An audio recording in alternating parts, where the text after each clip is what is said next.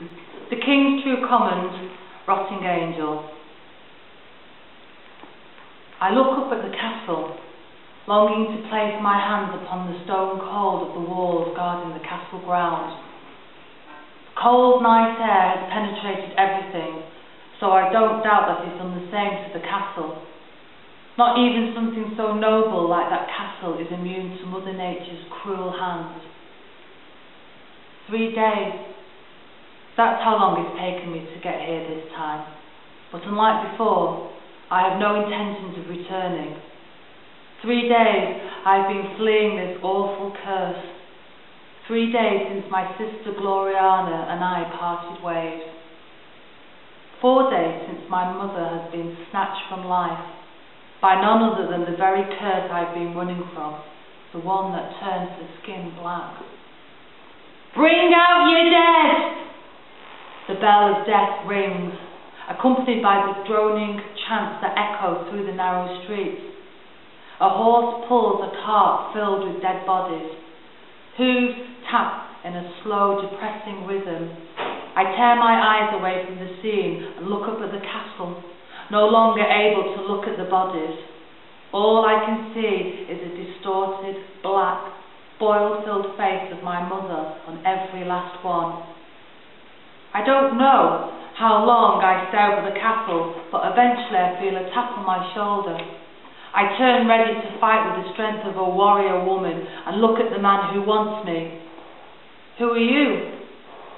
Thomas, you shouldn't be out here so late. You should probably spend the night in the castle. Thomas.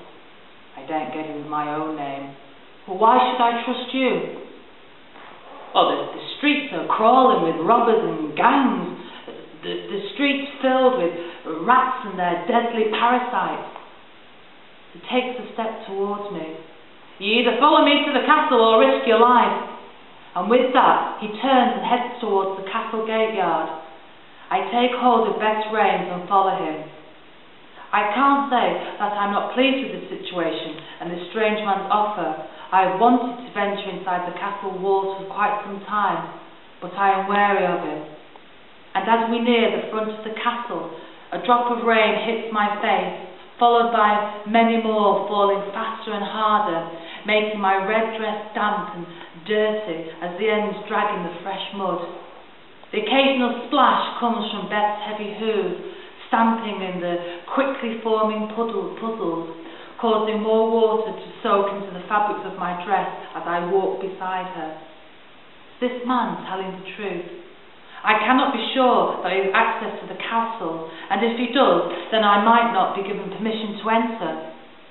But he is my only option, and if I want to avoid the sleepless and dangerous nights. When we reach the gates, the castle night guards watch us without expression. Despite their lack of emotion, they nod acknowledgement to Thomas, and we stand face to face with them. I'm Thomas Baker, the cook of Cornwall Castle. Have a guest for me to spend the night. The guards look at each other, and the man on the left nods, turning away from us and disappearing into the castle grounds. The Duke will be informed. You, your guest, and your horse shall wait here. The second guard never taking his eyes off me. I shrunk under his gaze. We wait in silence. Beth shifts every couple of seconds as though itching to start running away. The longest few minutes I've ever experienced.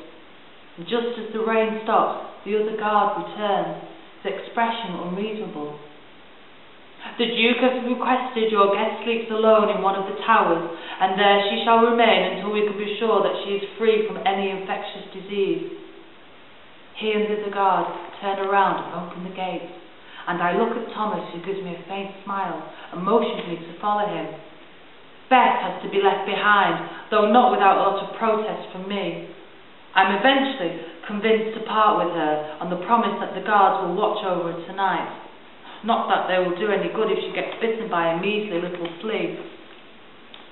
After a lengthy walk, we stop outside a door, and Thomas looks at me for a few long moments before retreating to his own room. I lie on the uncomfortable, dusky bed and contemplate my fate. With the spreading disease, nobody trusts everyone. But to be treated as a servant, that is something a woman of my stature cannot comprehend. But for now, I just have to wait and hope that I don't contract this deadly illness in captivity. I close my eyes and try to forget about the severity of the situation, because the sooner I sleep, the sooner it will be morning and I will have survived another day. I am woken by a loud bang, followed by another. They get louder and louder until I'm forced to move. I sit up, my neck stiff from the uncomfortable wooden bed, and my head aches. I open the door. I don't get a chance to see the culprit of the noise before a cloth is forced over my nose and mouth. "Step back, woman!" It's a man's voice. I reluctantly do what he wants. "Don't scowl at me," he threatens. Why are you here?" "I should be the one asking the questions, not you," he spits angrily. "Is your family alive? Have you ever come in contact with anyone suffering from this so-called Black Death? And lastly, what are your intentions?" He sits down on the stool in the corner of the room. "My mother is dead. She died from the Black Death, and I have no intention. Thomas brought me here to protect me from the dangers of the night." "Rubbish! He said he caught you loitering around outside near the castle alone. You're up to something, you are." He points his finger accusingly at me. "I assure you, and you've just said it yourself. Your mother's dead from the Black Death. You must have had it too, I'm sure." He stands up and storms to the door. Something flashing in his eyes that I cannot place. It is a bloodlust or a need for power. It is the look I've seen in my father's eyes so many times before. Just before he reaches the door, it opens and smacks my interrogator's forehead. Suppressing an amused smile, I look up to see who has potentially rescued me. It's Thomas. But I cannot be sure of him anymore. His motives are about as clear as a foggy night. Thomas looks right at me, and I am struck with the feeling that I will be safe. "Jack Sharp," he addresses my interrogator loudly, turning to face him. "Do you not think if she'd caught the plague from her mother that we would know by now? I have heard word that it only takes a day to show any sign." He looks at my hand. "At least the tips of her fingers will be black by now. I say we leave her here one more day, and if nothing happens, she poses no threat to us." Jack squares up to Thomas. "And how do you know so much about it, boy? You can't have heard word because you know too much to have simply heard word." He shouts mockingly. He shouts in a mocking tone. Thomas silently challenges Jack to a staring match. And with a grunt of annoyance, Jack backs down, small against Thomas's imposing frame. He glares daggers at me before leaving. A victorious smile appears on Thomas's face, and it stirs something inside of me that I am not familiar with, like a great beast has just woken up within me after sleeping for an eternity.